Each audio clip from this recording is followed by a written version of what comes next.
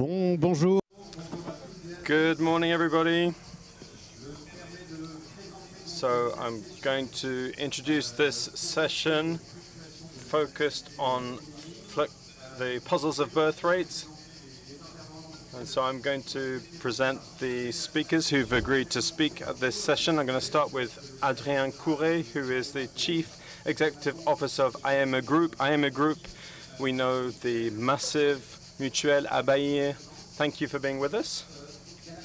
Then we've got Gala DIAZ LANGOU. You are from Argentina. You are the Executive Director of CIPPEC. This is an NGO based in Buenos Aires, which is the Center for the Implementation of Public Policies for Equity and Growth. And you're going to be speaking in French. Thank you very much. We've got Hervé, who's a demographer and historian. You are Research Director at the Ecole des Hautes Etudes en Sciences Sociales, the Social Science School. Catherine SCORNET, you are based at Aix-Marseille Université, and you work on reproduction in Asia in particular.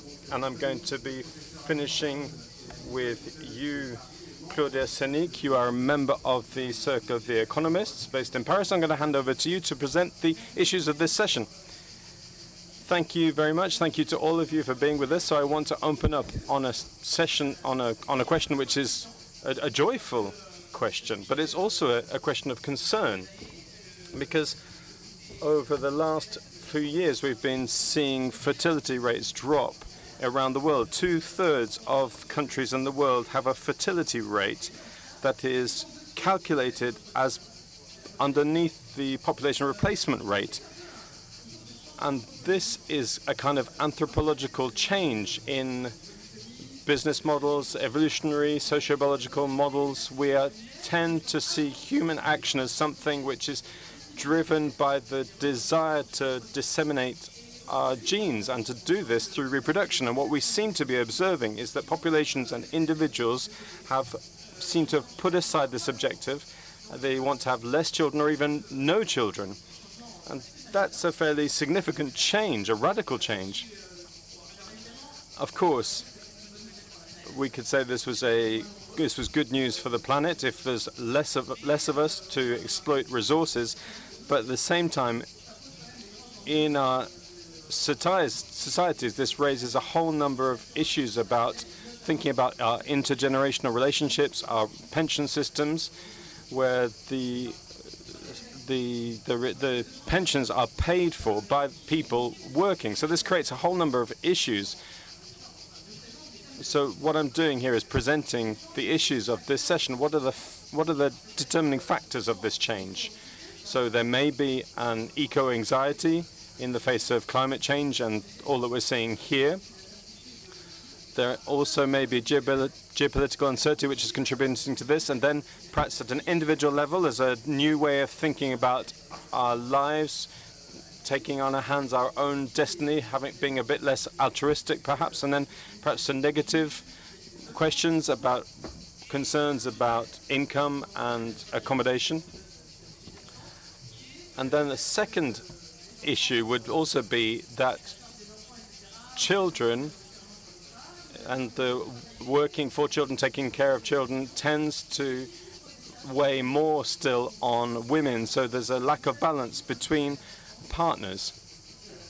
And this may also be one of the issues associated with this second demographic transition. And then we're going to be talking today about whether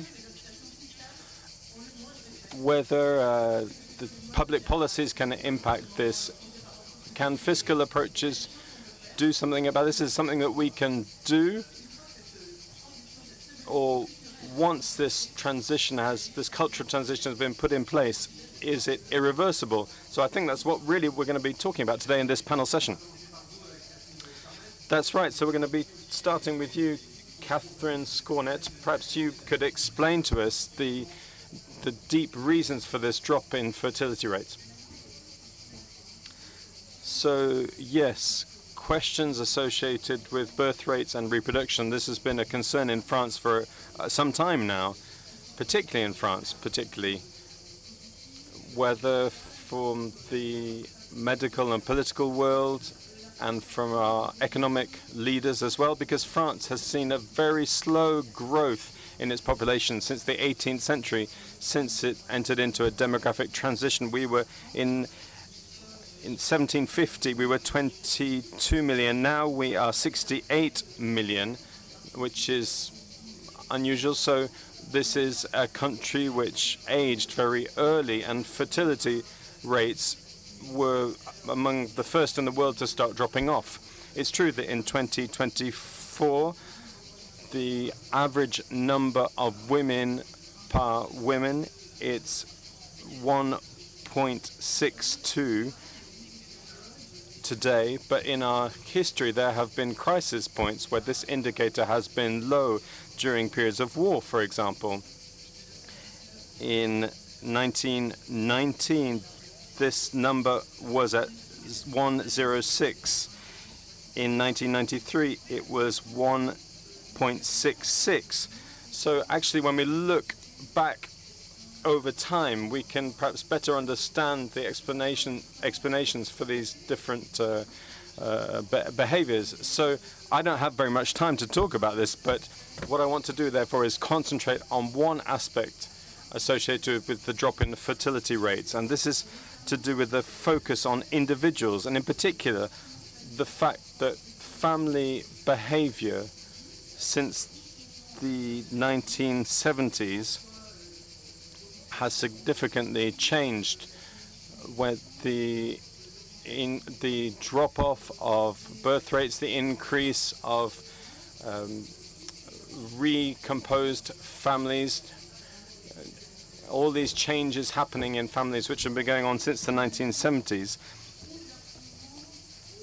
This is all rooted in what was happening in the 18th century and the promotion of the individual, which gives today individuals the opportunity to live the life they want to live and to follow less strictly the instructions that come from authority figures, whether these are fathers or husbands, stepfamily, God, or the king. And so now individuals are free to live the life that they want to live. And the question of choice is fundamental, and the question of desire is fundamental. And this is something that is increasingly strengthened and has grown since the 1970s in particular.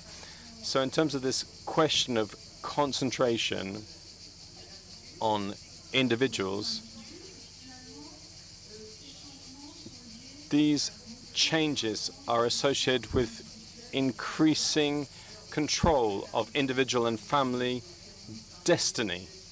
Of course, that's the legalization of contraception in 1969 and abortion in 1975 obviously impact the growing control of reproductive behavior, and this question of choice impacts us. So people no longer say, I will have as many children as God wants to give me or as my stepfamily want me to have, but people decide that they will have the number of children they want to have. So this process of concentration on individuals also has had the consequence that a whole number of differences are becoming legitimate. So people can be in a couple, they can not be in a couple, they can be married, not unmarried, they can cohabit, they can have children, they can not have children. Everyone has the choice. In France, the most recent survey on fertility, which was carried out by the INED in 2010, shows that in France, there is still a strong pressure to have children. Only 4% of French people, according to this survey, don't want to have children. So there remains a strong pressure to have children in France. Sorry, Catherine Scornet, I'm going to have to interrupt here. I'm afraid I have to play bad cop here. If you could just come to the conclusion. Well, yes, okay. Well, I'm going to skip over a whole bunch of things then. But really, to conclude, what I want to say is that individuals today are less attached to a particular status, the status of being a mother, being a father, being a husband, or being a wife. The status is tending to, this idea of status is tending to be pushed to one side, as opposed to the idea of having space for oneself and beyond this parental pressure, as it were. So this altruistic dimension to take care of our children, of course, that remains. But individual fulfillment is key. It's possible to make a decision about a fulfilled life without having children or having few children. Thank you very much. Claudia, SENIK, you were talking about inequalities in terms of between men and women, and of course this is still present in terms of daily tasks at home between men and women. Could you develop this a little bit? Yes, so two things. There was a recent article by a Nobel Prize economist which shows that countries that have developed a lot over the last 10, 20 years around the world, in these countries, women have started working and they've started to have professional aspirations. And this means they want to reconcile these aspirations with a career. But in these countries, men have not necessarily followed the movement. And they haven't really understood that there needs to be a better sharing out of these domestic tasks. And what we can see in these countries, fertility is dropping off much more than in other countries. So what we learn from this observation is that it is women who have children. It's they that are responsible at the beginning, as it were, for children. And so they need to be quite optimistic about what's going to happen once the child is born, in terms of the way that tasks at home are shared out. So in a publication that I published on this, there's a chapter, really very interesting chapter, from a sociologist who classifies countries on the basis of their optimism or their pessimism about being parents. So there are countries where women don't work and there's a very traditional share of domestic tasks. And then there are modern countries, like the countries in the north, where there's a real sharing out of domestic tasks and women are working. And then there are countries like France, which are somewhere in the middle, where women are working, but there isn't yet really this sharing of the burden of domestic tasks. So in these countries, we can see that women are quite pessimistic about what things are going to be like. If they have children, they're going to lose their freedom, they're not going to be able to work. And so this impacts fertility. And so if we want to really think about this demographic rearmament, which the President was talking about, we need to think about this. So we're obviously not going to tell people how they need to organize themselves at home, but through public policies we could put in place parental leave at different times. We can make it more flexible, like we see in Sweden and Denmark. We could change benefits for parents to encourage a better share of domestic tasks. In Sweden, there is a parental leave which is long if the father also takes time, and so this is a potential lever that we could use. Thank you very much, Hervé Lebras. You wanted to talk a little about the investment of parents in the education of their children, about choosing the quality rather than quantity of children. So you're saying that it's important to have a focus on the quality of education for children rather than having lots of children. Thank you very much. Yes, I just want to pick up on 3 points. As we've heard, this drop-off is general around the world, but particularly in Europe. But fertility rates in Europe are at about 1.45 children per woman. The more fertility was high in Europe, the more it's dropping off. there's a very clear convergence here. The standard type deviation is 0.18 in 2023. So the European family exists, but there are 1.45 exists. The correlation between this drop over the last few years and the fertility level of 2012 is 0.64, which is high. The second point is, if I just pick up what Claudia SENIK said to us, there's this question of behavior in terms of inequality between men and women. In the qualification level of women was much lower in the past, and in France, reconciling family life and the professional life meant for women having working 2 days every day.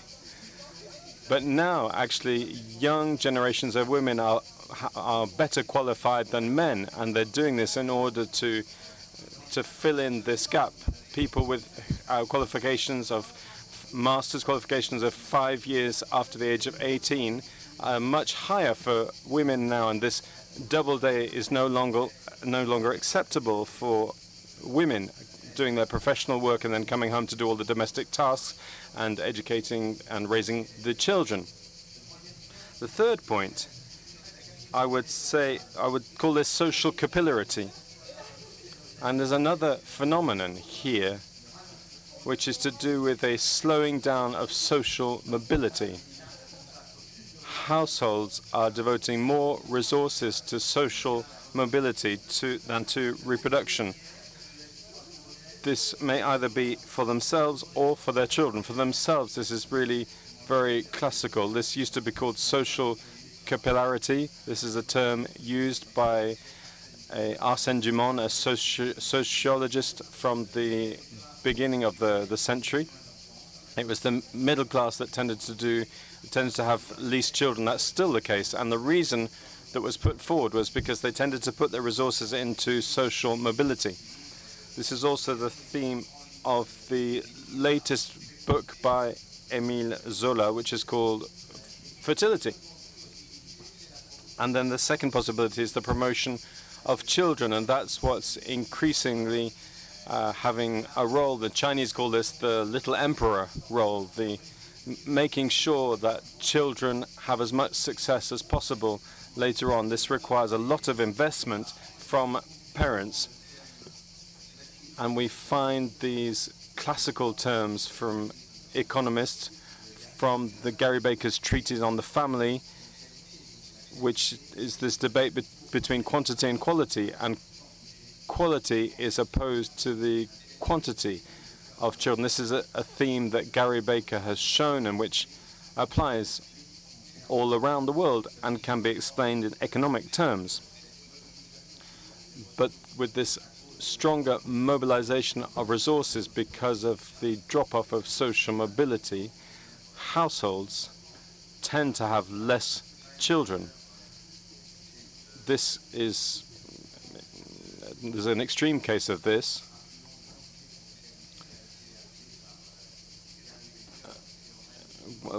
Gary Baker referred to this as a situation where the children benefits from everything, they receive everything. Children are very egotistical, they have no altruism. Thank you very much. Profitons de votre présence. We talked a lot about France. Maybe we should talk now about Argentina and Latin America. I think you wanted to address this concept of disaffiliation, social disaffiliation, how this hinders fecundity. Thank you, Sebastian. Good morning, everybody. So demography is not the other. It's become the mirror of our social society and a lever. So bring the voice of Latin America to this debate is to look at the phenomena in a region that is marked by inequalities and serious crisis of disaffiliation, particularly in Argentina, the country where I live. Disaffiliation impacts the links between individuals and institutions, whether political, public, private, social, and it initiates the trust in the authorities. 28% in Latin America and 17% in Argentina trust the governments. And it's also shown in the lack of religious approaches, the reduction of union or syndicate union commitments.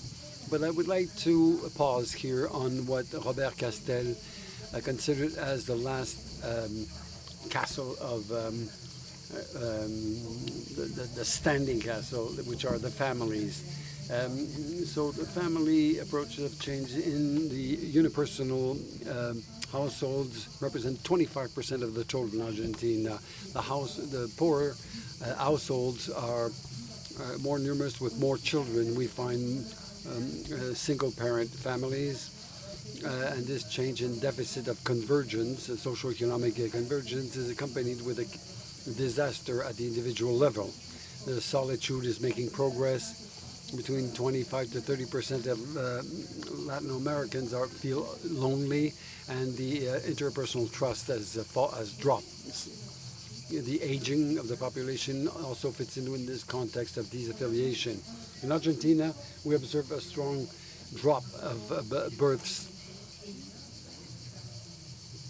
with a greater life expectancy, and several factors explain this drop. On the one hand, public policies luckily have enabled to reduce non-intentional pregnancies. The access to contraceptive solutions and information on sexual health has been developed. Education and the social cultural transformations have had an impact on preferences.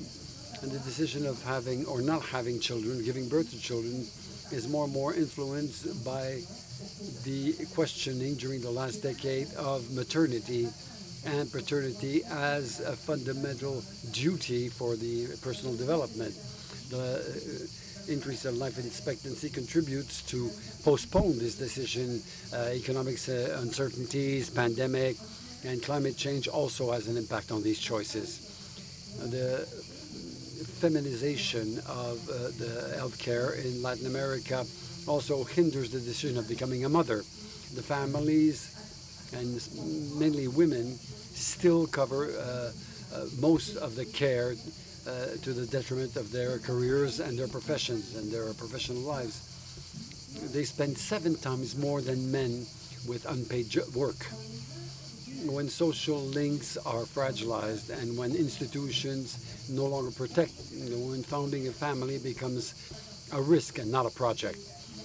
And while the family is the last bastion affiliation, its fragility marks the urgency of rebuilding strong links before the demographic collapse turns into a social collapse. So this challenge is the heart of the multiple crises that are found all over the world.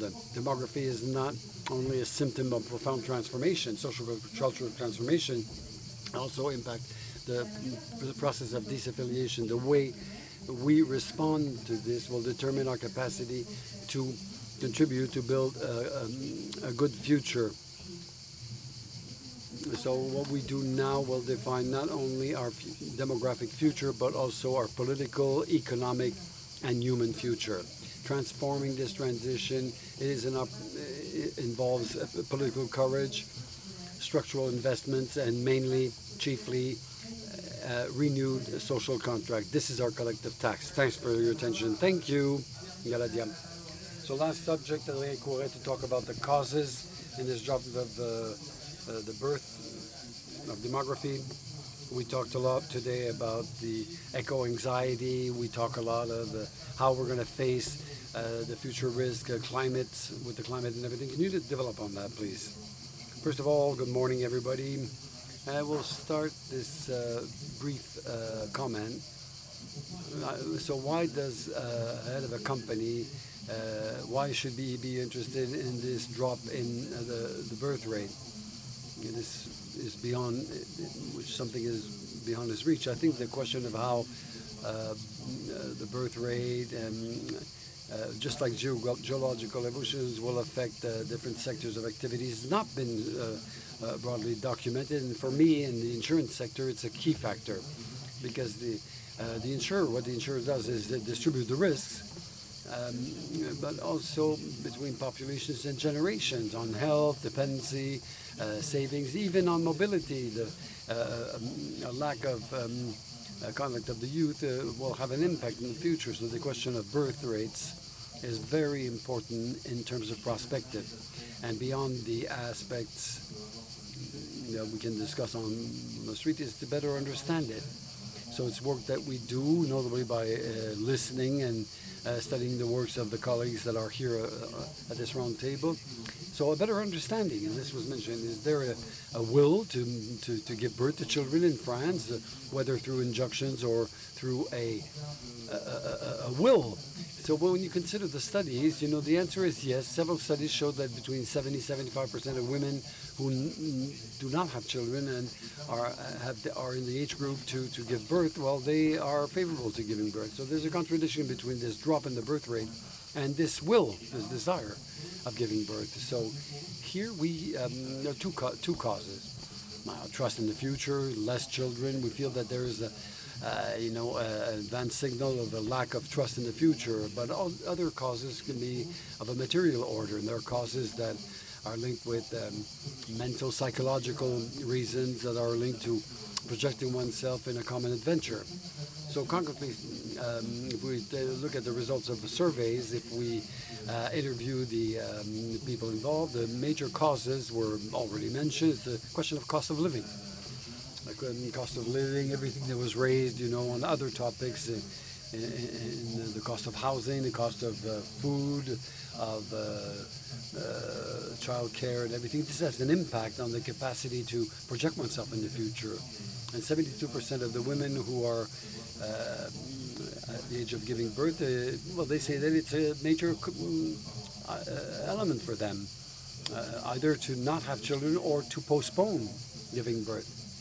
So in the drop of fecundity, the children come later. They give birth to children later. And we will know we'll have the final figures only a few years from now. And back on your topic, and on what our previous speaker said, 70% of the women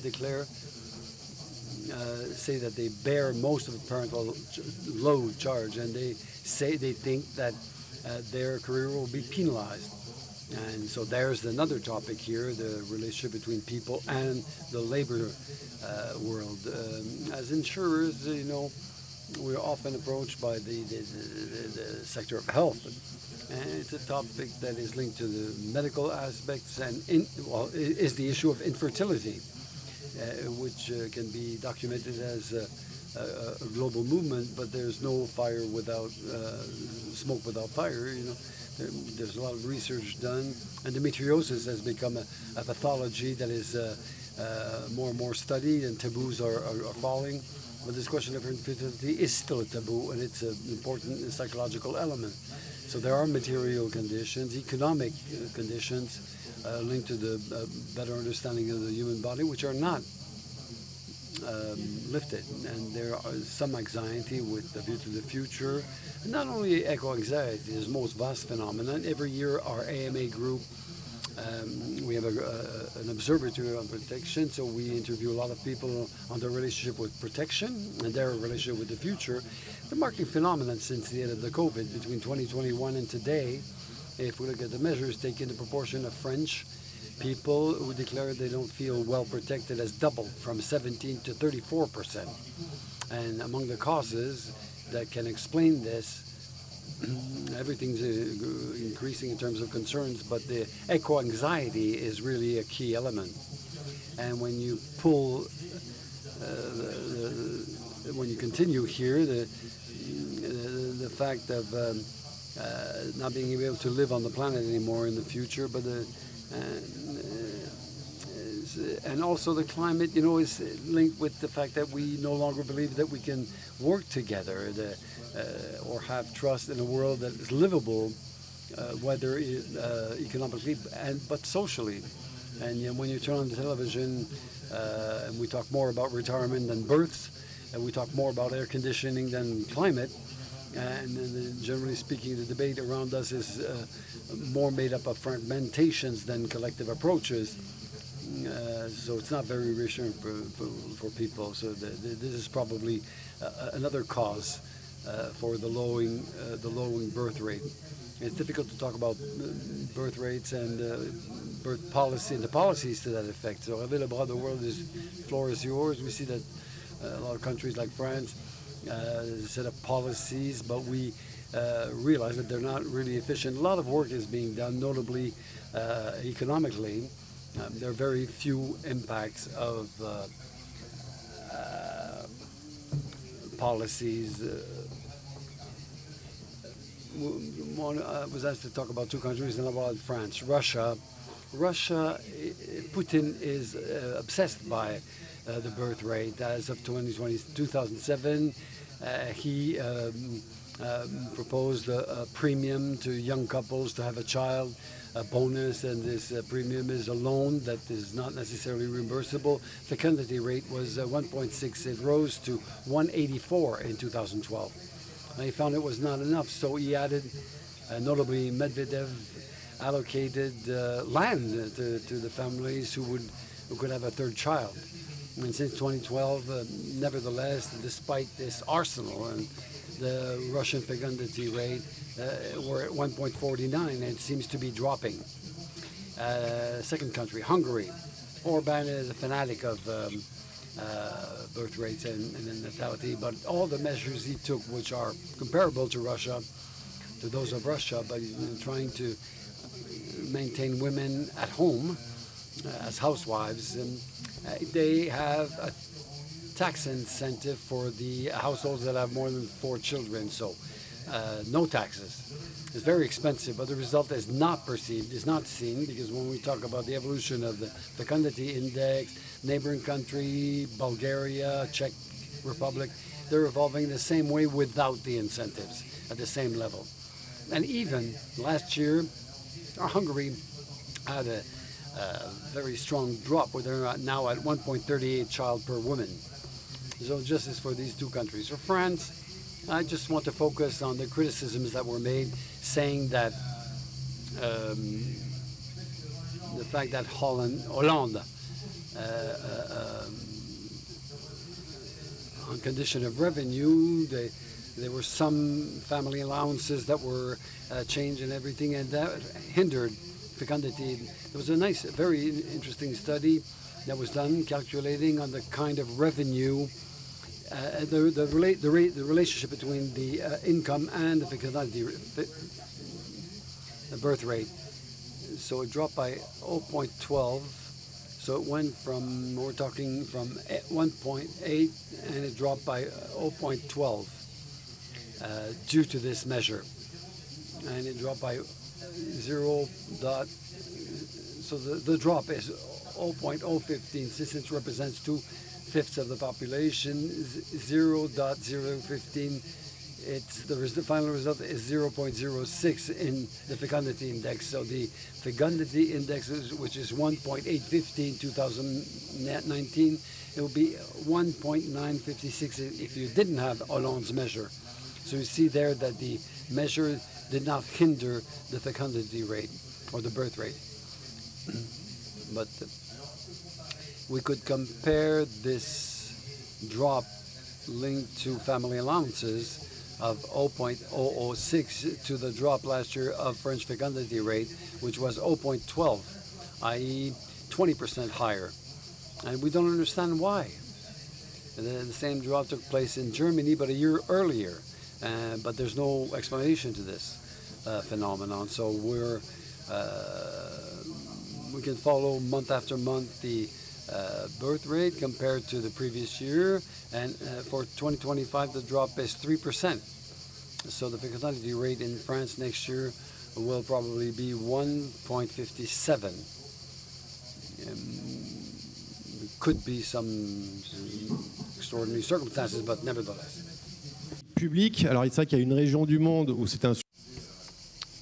Okay, this is obviously an important subject. We can see that in China and Southeast Asia, even there, what they're putting in place there is not really having a lot of impact. Well, yes, I could talk about fertility in Asia. This is a vast Asia, a vast area, so I'm going to focus on Eastern Asia and Southeast Asia, because East Asia is seeing the lowest fertility rates in the world at the moment. For example, in Hong Kong, Macau, Taiwan, South Korea, fertility rates are at 0.7 children per woman at very low levels. So what characterizes this region of the world, it's not just that, but what we've seen is a drop-off in fertility, a very quick drop-off since the 1970s. So in 1970, a Chinese woman used to have 6 children, and now she would just have 1.2. So in just a single generation, we've got rapid change in reproductive behavior, which has created an accelerated aging of the population and has also led to drastic changes in demographic policies in China. You know that since 2016, China has not abandoned its one-child policy. That happened much earlier, but from 2016 it started promoting a policy of 3 children per family. Vietnam, which is a big country in the world because now has a population of over 100 million, it also had drastic limitation policies in the 1970s. On the 5th of June this year, it decided to abolish its policy of reducing birth. So these countries that had drastic limitations in place, they're now turning their backs on those policies and trying to change direction. In terms of these very low fertility rates that we have in Hong Kong, the main cause of this, so later on I'll come to the social causes, but the key cause would be to the increase in definitive infertility. What I mean by this is the fact that women have never had children during their fertile life. And in Hong Kong, a woman who was born in 1972, who's now over 50, who's no longer of childbearing age, 35% of these women have not had children. This is a very high rate in Japan. They're at second place on this figure at 28%, children of the same generation. In Singapore, the rate is 26%. So these countries are at the top of the definitive infertility rate indicator. And these countries are then followed by Germany, and then Italy. France is significantly below this because it's only 13% of women of this generation who have never had a child. So what is this definitive infertility associated with? Well, it's linked to an increase in definitive celibacy. And that means that in these countries, marriage and births are very closely linked. So it means that only 2 or 3% of births take place outside marriage. So there's not been a change in family structures that we can see, for example, in France. Because in France and in other countries in Northern Europe, which have changed in different ways, there's been an increase in free relationships of different types. In France today, 65% of births take place outside marriage. So in Southeast Asian countries, there is still this social construct, which means that it's not possible to have children if you're not married. So this means that women either get married and have children, or they don't get married and they won't have children. So you can see that a French woman is never going to ask herself the question about whether she's going to work or whether she's going to have children. Whereas these women in Asia have to ask themselves this question: am I going to work or am I going to have children? And for the moment, there's no alternative. And there's nothing that can be observed in terms of change of family behaviors, in terms of a concentration of births within marriage. So why do we observe these low fertility rates? Hervé, Lebras, or Adrien they've said this already. In these countries in Southeast Asia, where there's a very strong social status associated with qualifications. So this links into Confucian countries where the value of an individual depends a great deal on their qualification.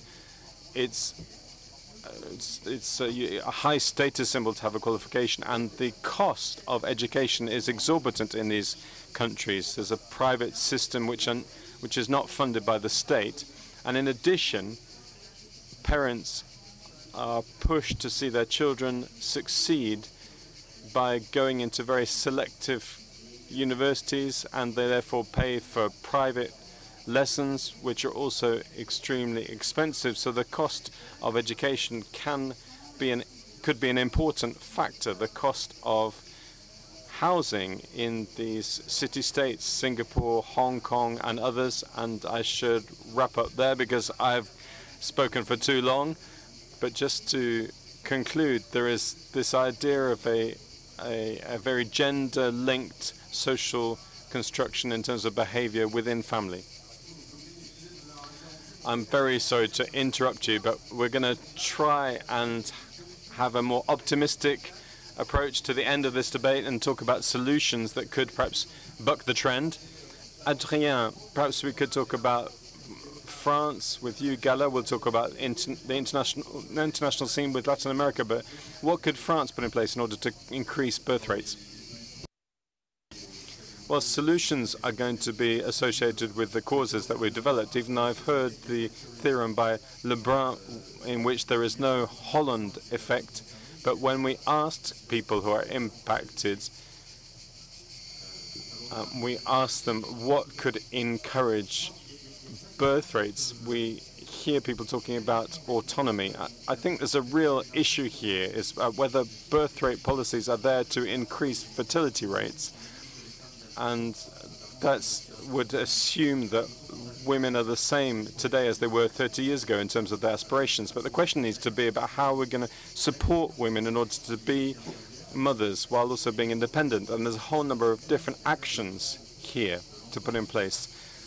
There is a whole number of fields. So the field of business, of course, this is a place where there's a real need for balance between professional life and personal life, and there's a need for gender equality. There's a whole number of initiatives associated with determining factors that are really clearly documented. So the parental leave for women, but also for men. There are a number of countries that are making, in Sweden, for example, this parental leave mandatory for fathers. Increasing numbers of companies are doing this in France now. We've gone beyond the limits put in place by the law recently. There's also a change, and needs to be a change, in the wage gap between men and women need to understand that having children will not lead to them losing income. Of course, company policies never express this in writing, but when you look in practice, you can see that there is an impact on women's salaries. So I think in business we can see that initiatives are being taken, but this is going to need to involve a legal approach to putting in place some laws, and this will not, but that will not cover all of the solutions. In the political level, when we ask families who don't have children and women who don't have children whether they want to, What do they ask for? What solutions are they asking for? Well, they're asking for economic solutions. They want to see fiscal advantages, particularly on income tax, for example, questions around support for housing benefits, and helping to have access to bigger housing when the family grows, support with childcare, all of these aspects which cost money. And perhaps at the end we could go into this a bit more, but we can see some really very specific propositions which are put in place.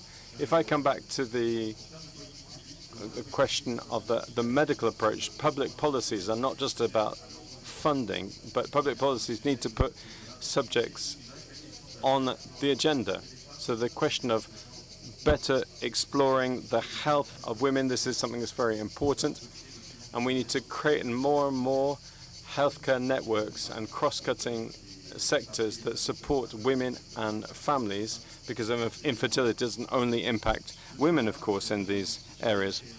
There's also the question of medically assisted procreation, which has become a political debate with a whole number of conservative perspectives expressed here, but this could be one of the solutions.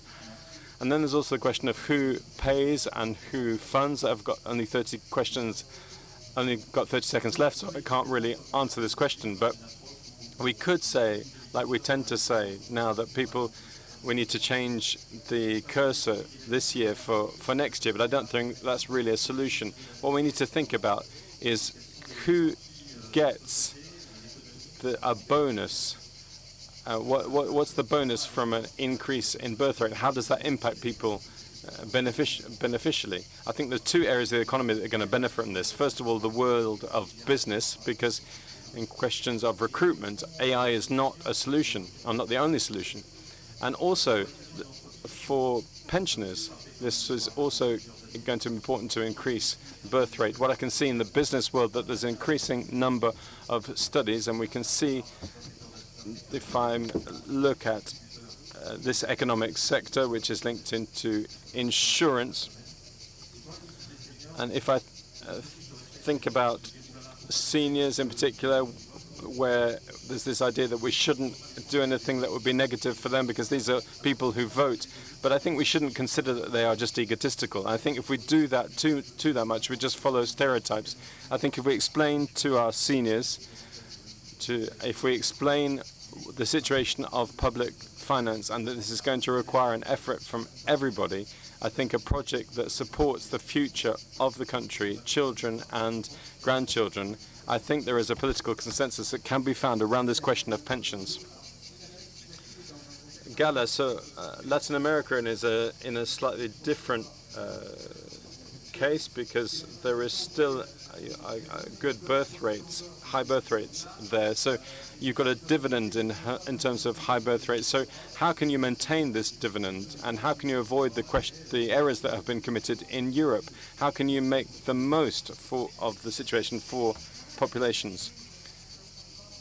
It's true that in Latin America we still have a demographic dividend with a high level of the population that are of working age, but this window of opportunity will not last forever, and Argentina in particular is seeing a demographic transition which is increasing rapidly, with a very marked drop in birth rates. Since 2014, we've seen it drop by 43% to reach 1.36 children per woman in 2023. So this drop puts us below the demographic replacement rate, but also at the same level of China and beyond the mean value of Europe, France, and the US.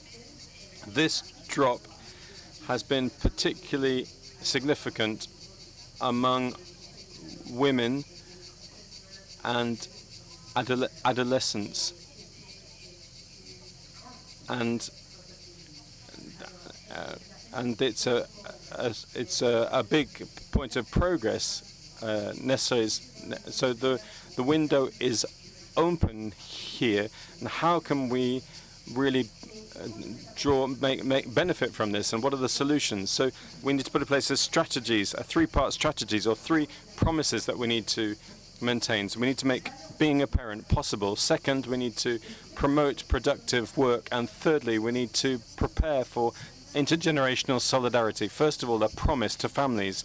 We need to ensure that having a family does not mean sacrificing your future.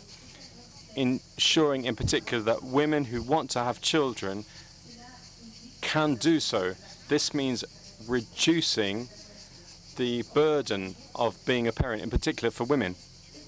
It's essential to invest in healthcare policies that make sure that women can access time, having parental leave, etc., and also services, access to creches, to kindergartens, to childcare at a number of different levels. And we need to make it possible for women to be children. We also need to ensure that they have a dignified place in the working world. We need to make sure that people who are of working age can take part in the labor market. This requires the creation of jobs, but also an adequate workforce. For the first objective, we need to have a productive system focused on creating jobs.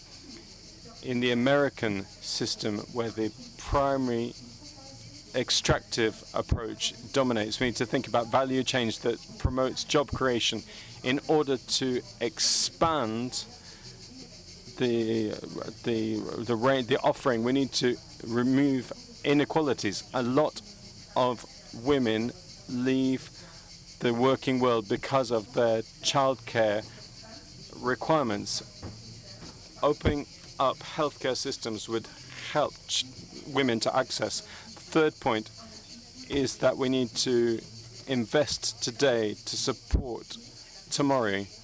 Productivity is key here. It is crucial that people of working age produce more so that they can support an aging population.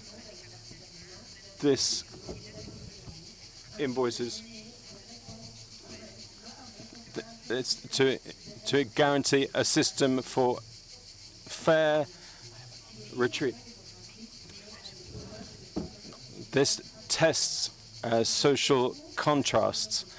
We need to adapt our policies, and we're risking economic stagnation, but also a weakening of social cohesion. We need to understand that to prosper individually and collectively, social and institutional work is very necessary.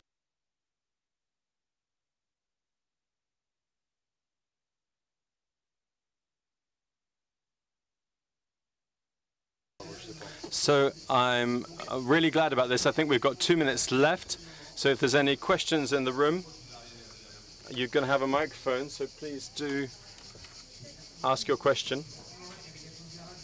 Thank you very much. I'm from Action General of Quebec in Paris. So in Quebec, often there used to be 10 children per woman, and the average fertility rate was 4 children per woman. And after the Tranquil Revolution, in a decade, it went down, dropped to -2, and now it's 1.3. So this is associated with the role of religion in society. And I wanted to know whether in the different countries where we've seen this fertility rate drop, is there often an aspect associated with religious practices?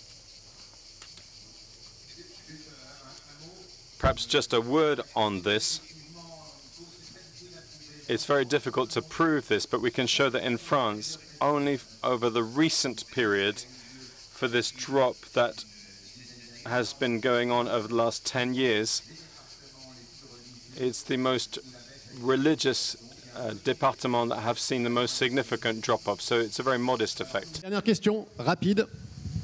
So one last, very quick question.